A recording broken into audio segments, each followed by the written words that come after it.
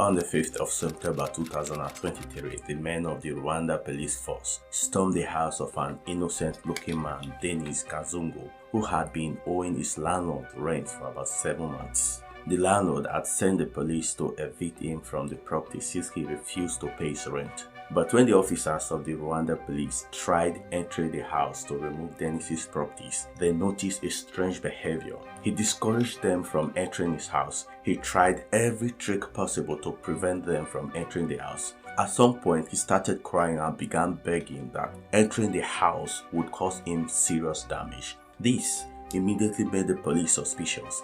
They became really curious. They wanted to know what Denis Kazungu was hiding inside his house, so they took him in for questioning. After about 2 hours of interrogation, he made a shocking confession that scared the hell out of the police officers. But before we continue, if you love true, strange and mysterious stories that send chills down your spine, you are in the right place. That is what we do. So if that makes you happy, take the like button deep into the forest, and when no one is looking, give it a really hard slap.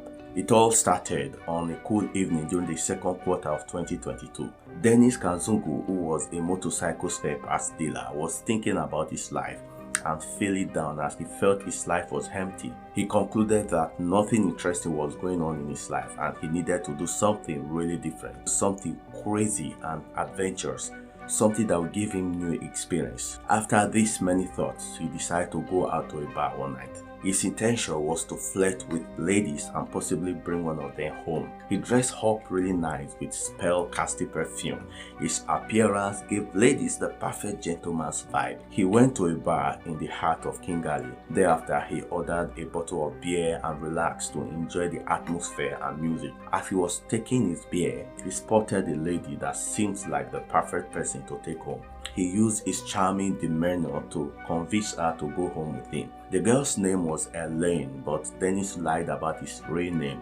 He told the girl that his name was Eric to Ransinze. After a long and exciting conversations, Denis booked a cab and took Elaine home. He was eager to have a memorable moment with Denis, but what she didn't know was that Denis had a really different intention towards her, and it was a bad one. When the cab took them to Denis's apartment, Elaine was concerned. She started getting cold feet about going in with Denis.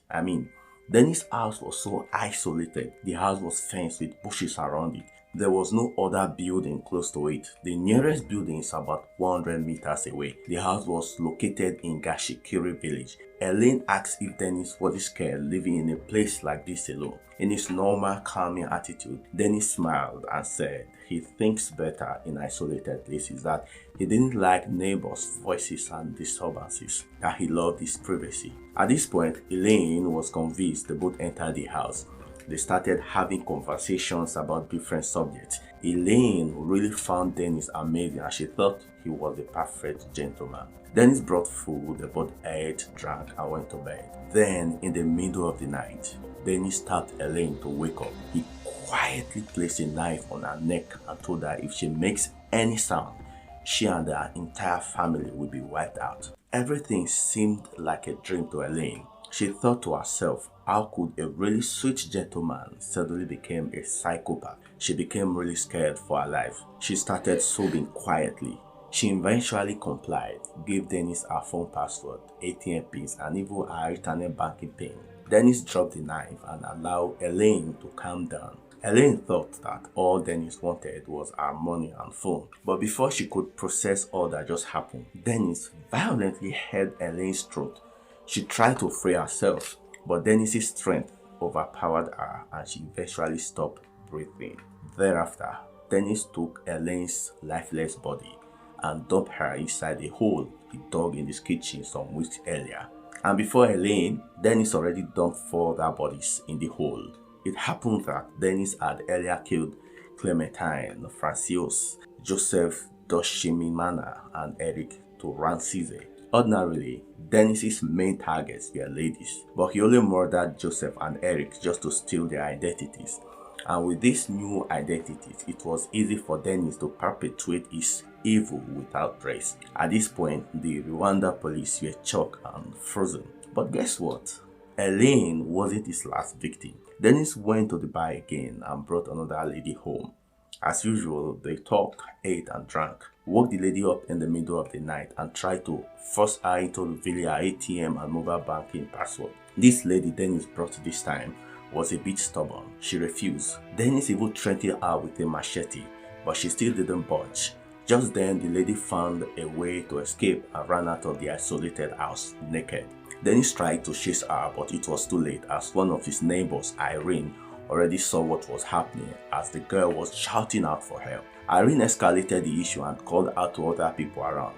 After listening to the girl's story, they took the girl to the local community leader, but the man didn't take them seriously as he said it was a mere argument between Denis and a sex worker. There was another similar incident of a lady who also escaped from Denis Kazungu's house with the same complaint of harassment and threat to life. This second lady even narrated how her hands and legs were tied with a pencil to her throat, but the community leader gave the same response that it was a mere disagreement between Denis and a sex worker. So in July 2023, a similar incident happened again. A lady was trapped in Kazungu's house. Although she couldn't escape, she shouted so loud, crying for help that people heard her. Knowing Kazungu's history with harassing ladies, the neighbors and passers-by rushed to Kazungu's house and asked him to open the door. He tried to convince the neighbors that nothing was happening and that he was singing a gospel song, but the people insisted he open the door. He reluctantly opened the door for the lady and she ran away through the back door. This lady narrated the same stories that other ladies gave. Denis tried to rob her and threatened to kill her family if she resisted. At this point, Irene and some other of Denis's neighbors reported him to the Rwanda police force and he was arrested for robbery and sexual assault. Unfortunately, the police didn't have enough evidence to proceed with the case, so Denis was freed again.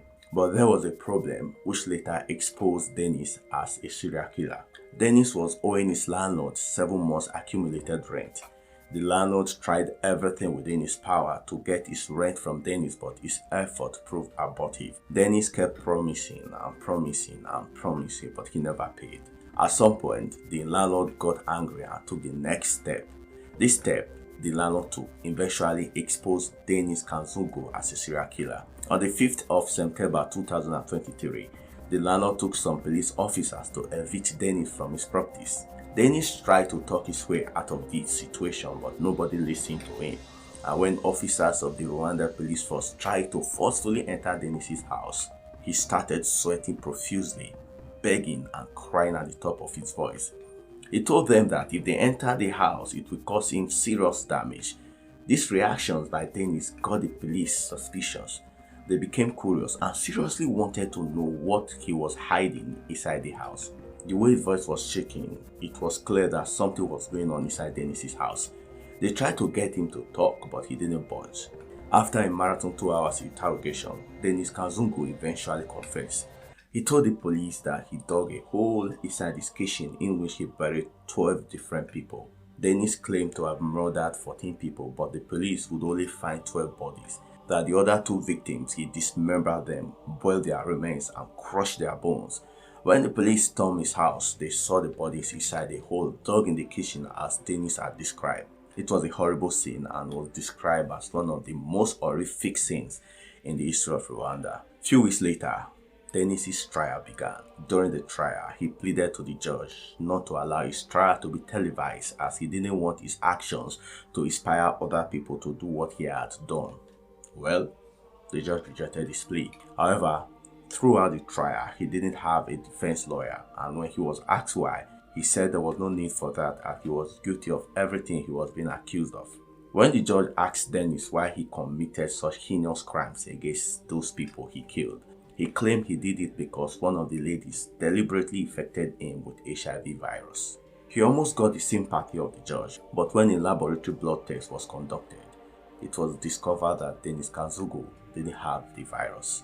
As at the time of this video, he was yet to be sentenced and nobody knows what motivated him to commit those murders. What do you think about Denis Kazungu's action and what would be the best punishment for what he had done? Kindly share your thoughts in the comment below. Thank you.